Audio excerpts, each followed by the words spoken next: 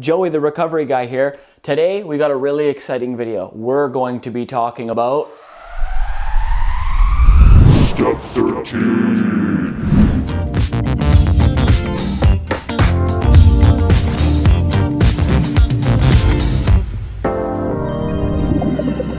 Alright guys, so today we're going to be talking about Step 13. It's a very, very popular subject in the recovery community. I'm not even sure anyone really knows what it means.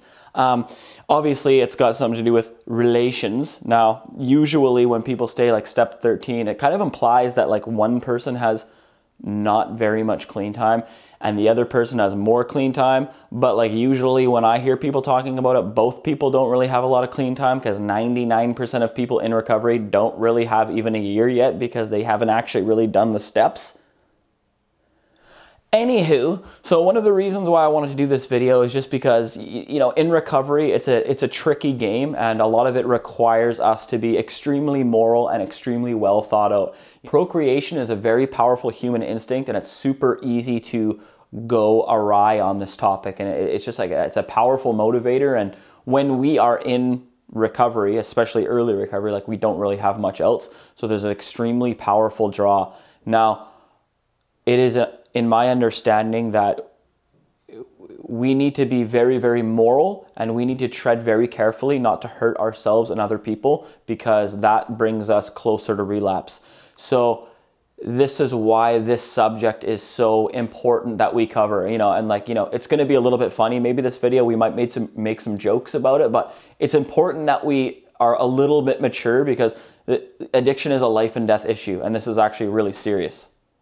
Firstly, let's cover it. Why are we drawn to it so much? Well, there's a lot of reasons why this Step 13 subject and just relationships in early recovery in general are just like such a hot topic and such a discussed topic. Well, firstly, one of them is dopamine, okay? I guess as far as biology goes, the meaning of our existence is to survive and procreate. And some might even say we need to survive so that we can procreate. So those two instincts are extremely powerful. We have 3.5 billion years of evolutionary programming, you know, urging us to find someone of interest and, you know, copy our genes with them, essentially, is what's going on.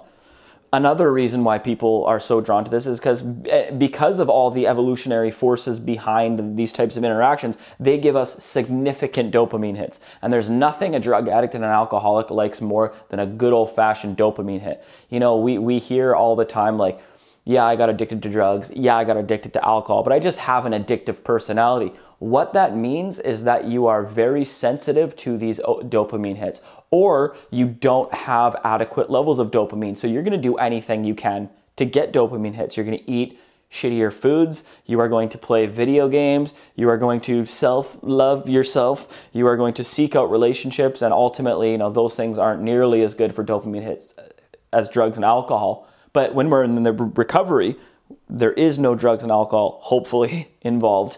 And so we turn to these other issues. You know, another reason is like, usually if you're in early recovery, and this isn't everybody, but like, you know, a high percentage of people in early recovery are drug addicts, okay? So, you know, the classic boozer alcoholic they're not as prevalent anymore as they once used to be, and the drug addict has kind of taken over the recovery world, if you will, much to the alcoholic's chagrin. Anywho, usually we've lost everything recently. So usually we have to come into a treatment center, or we've relapsed and we've lost our jobs, or we've lost our relationships and we're on some kind of rebound. Like we've just burnt everything down. We feel super, super shitty about ourselves. We feel shitty about life. We feel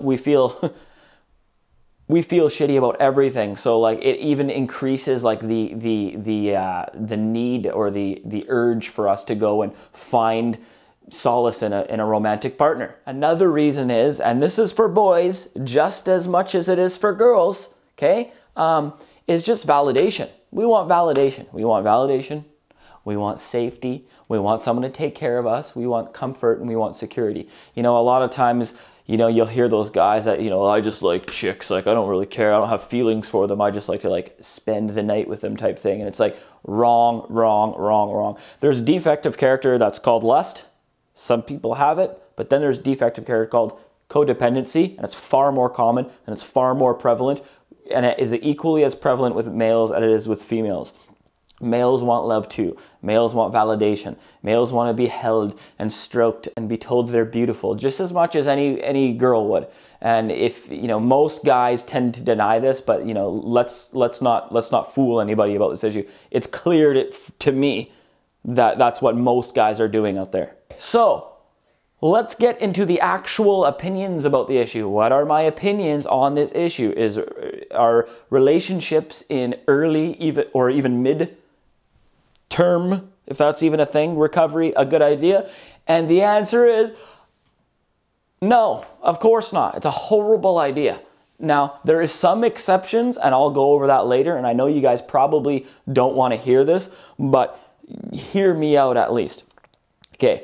I don't know exactly the statistics on people who are trying to recover versus how many people don't recover. We don't know that number. It's impossible to perform an experiment because we're 89% of addicts relapse. Well, what timeline are you talking? And are you talking people that got sent to treatment because they were forced to go by their insurance company, by their union? Does it include people who don't actually want to get sober and are in recovery for whatever reason? Anyways, the stats they're not very accurate, I would say.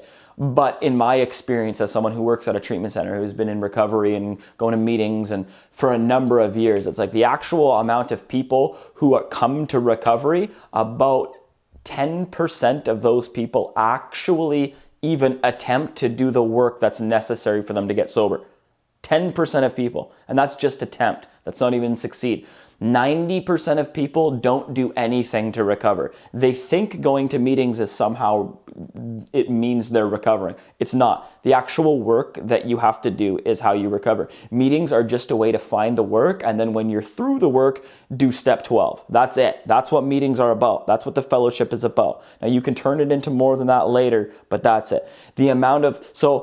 Of those 10% of people who actually attempt, maybe 10% of them actually give a genuine attempt, like they're praying, they're meditating, they are searching and fearless in their moral inventory. They don't hold back in their 5. They're willing to go to their fellows and repair the damage that they've done in the past. They're willing to do all those things. Now, out of those 10% of those people actually do it to completion and continue to do it. The amount of people with long-term sobriety versus the amount of people without long-term sobriety is the odds are, the ratio is 30 to 1 here. So it's not very good. Why I say relationships are bad in early recovery is because you have a very, very, very low chance of actually getting sober.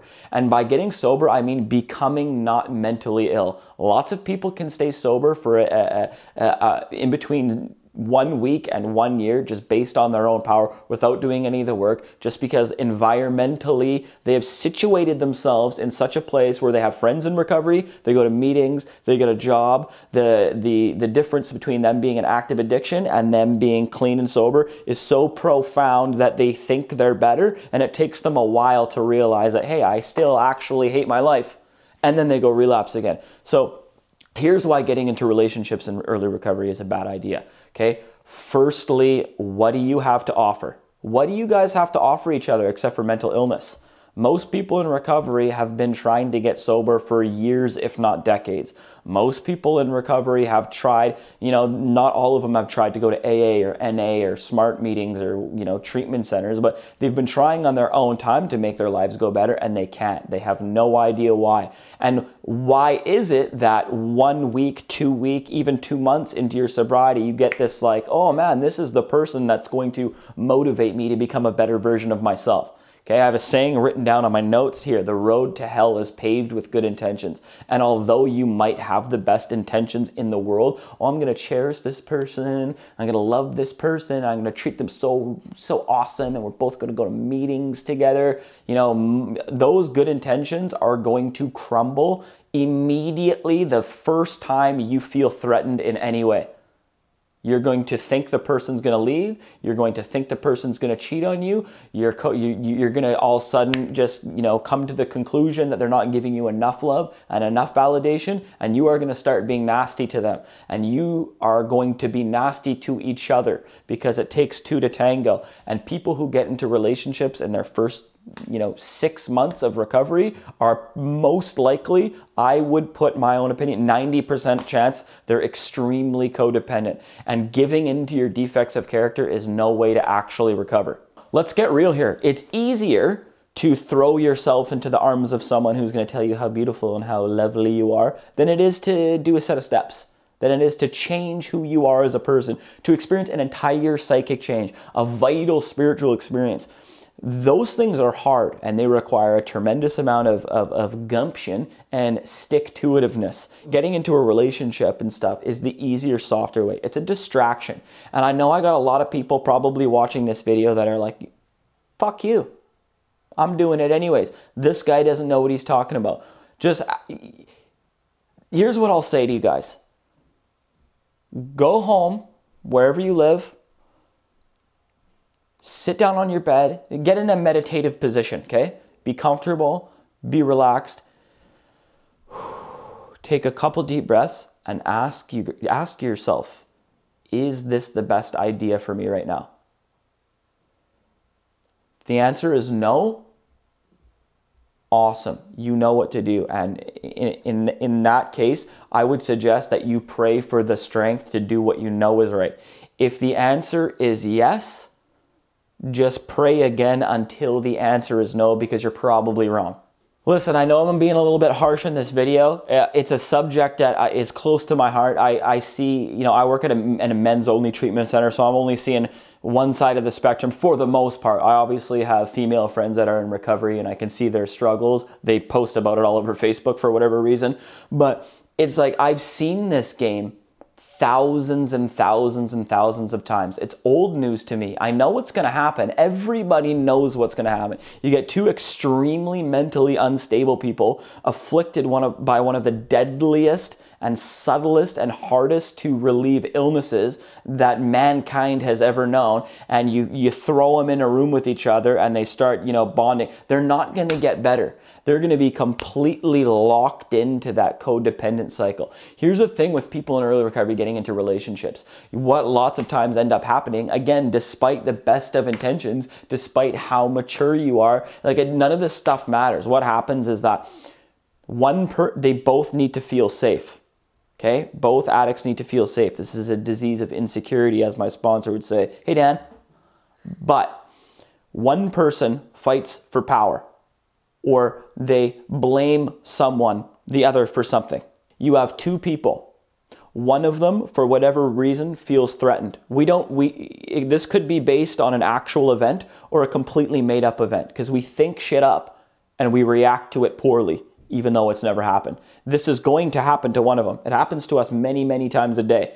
Even me in my 5th year or my 4th year of sobriety, it's still hard for me to not succumb to these thoughts. One of them feels threatened. Then they try and take security from the other one. And then the other one, noticing this, feels scared and tries to make it up to that one. As long as person B is trying to make it up to person A will feel safe. But then what happens is that when person B feels threatened, the person A might leave, the tone is going to shift.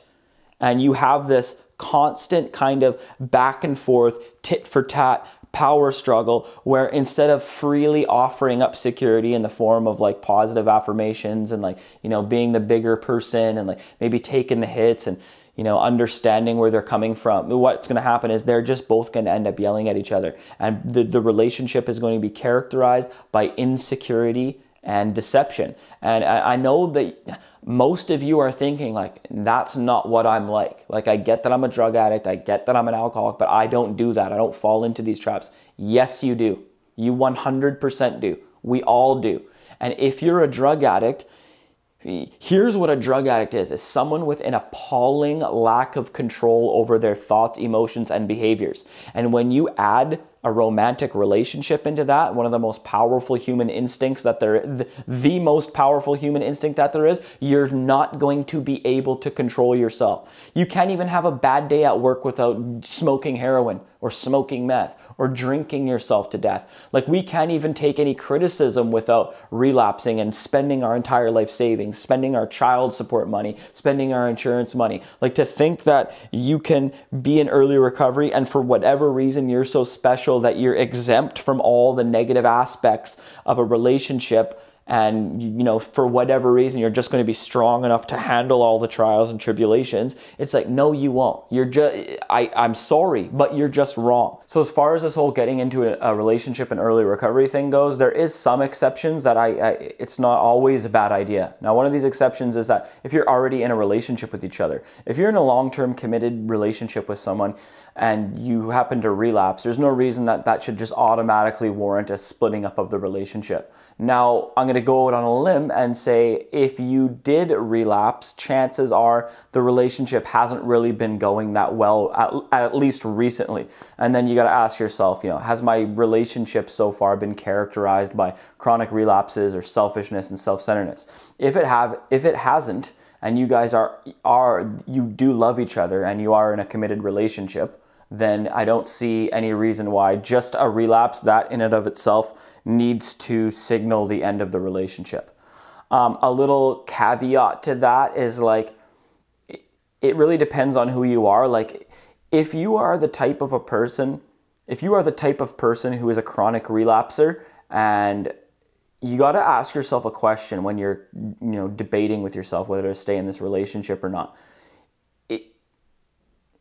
If you have been acting selfishly, if you have been using drugs, if you have been spending all your money, if you have all these things that go with being a drug addict, the person that you're with, why is he or she able to put up with that? That's a very important question, because chances are, and in my experience, this is more likely the case, is that the other person is extremely mentally ill as well. If I can continually be relapsing and treating my partner like garbage and they stay with me, there's probably something wrong with them. There's a codependency that they exhibit that probably they need to address as well. So a lot of the times, you should maybe break up with them, or at least you guys should go your own separate ways for a period of time to work on your respective issues.